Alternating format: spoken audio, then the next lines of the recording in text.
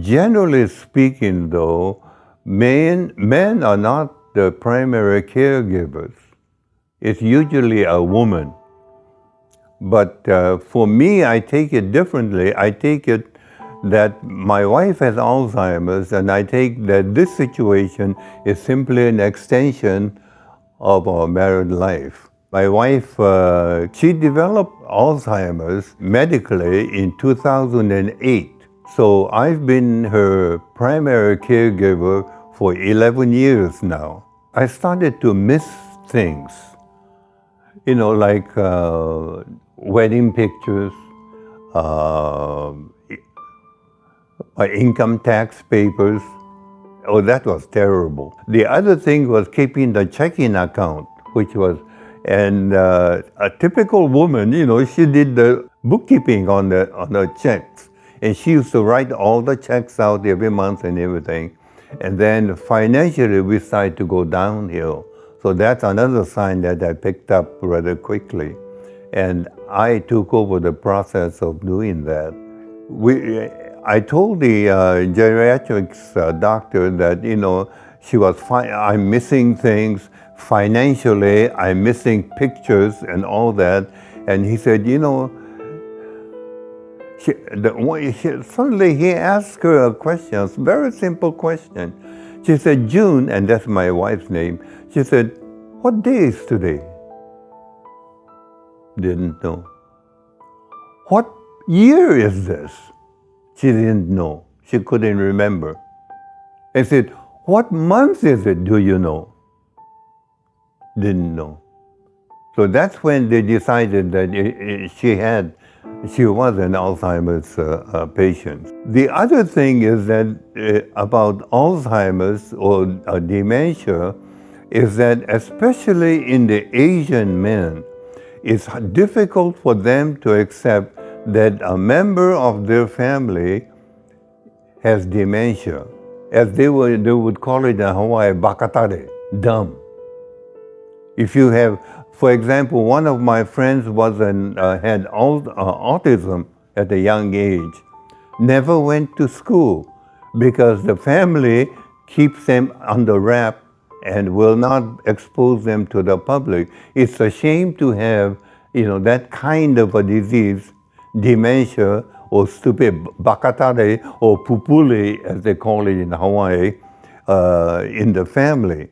So they have a tendency to keep it covered up at home. And the person who will do the cover up is the wife who stays at home and takes care of him. But the Asian men, I think, really looks at caregiving as a woman's job. What they would say, onna no shigoto, which is it's a woman's job. I don't see Asian men outside as a caregiver. Out in the public. I think in my 11 years, from 2005 up until 2018 here, I think I've met maybe 2 Asian men as a caregiver out in the public. See, to me, I don't care what others think, I'm educated, I've been a success in life. Heck, if you're better than me, fine. If you think you're better than me, go ahead. It doesn't make any difference to me. My most important thing is my family. My wife is part of the family. My kids are important. My wife is important. My wife, we're on the downslope now. This is the time which is not good. But, she's my wife, so I'll take care of her. And I'm proud of her, even if she is a dementia patient. If you're going to become a caregiver, a successful caregiver, the first thing you need to do is to realize that the caregiver is the most important person in this program, not the care receiver. Because without a good caregiver, the care receiver doesn't exist.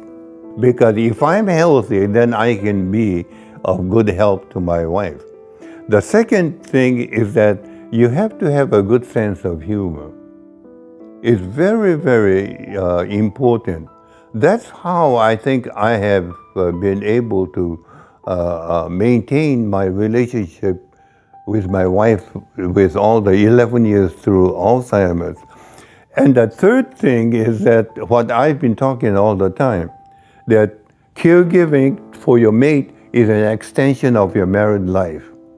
It's a downtime of your married life. We were up here before and now we're down. See? But it's part of life. The biggest frustration is not having somebody to speak to.